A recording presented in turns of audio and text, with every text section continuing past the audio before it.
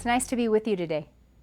We've spent a good amount of time identifying false sources of joy that we all turn to at one point or another, and zeroing in on the only true source of joy for us, God Himself.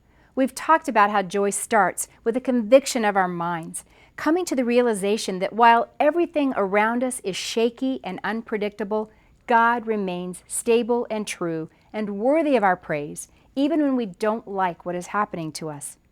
But joy is more than a state of mind. It also involves the condition of our hearts and is reflected in our attitudes and emotions, especially when times get rocky.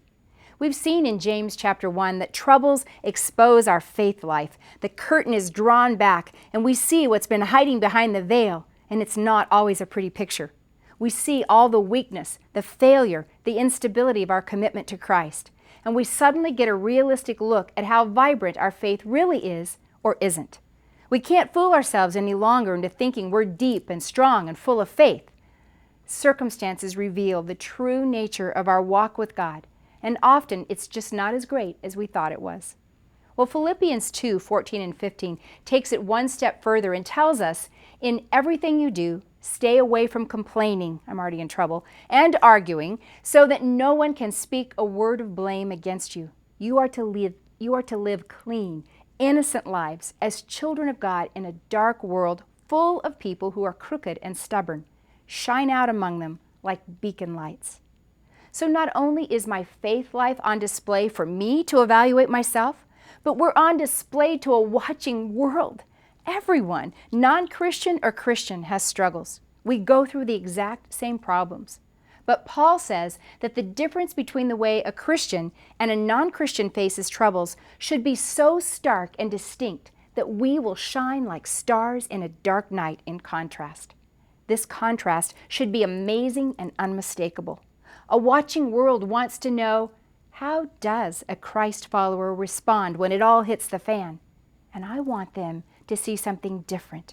I want my faith life on display to reveal courage and strength and audacious faith in the face of dead-end situations. Why does the world think God is a big joke? Because of us. Because often we're a big joke. They notice that we talk a good game, but we have an extremely difficult time living out what we say we believe.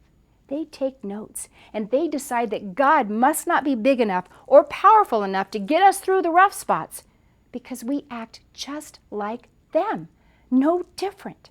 Why should they rely on a God that we don't? Instead of shining stars that point to an all-powerful, all-loving God, we blend into the darkness. But the world is not my only audience. I want my children and grandchildren to see something new and different. I don't want them to see a woman shredded by her pain, but a woman who, through her tears, still clings passionately to God. A woman who hasn't lost faith in the God of miracles. A woman who has confidence to hope for the future. And a woman who chooses joy in the present, no matter how much she is surrounded by trouble. I want Jesus, the man of joy, to be seen in me. This is what we all want. We want to live with the knowledge that our faith life is on display for all to see.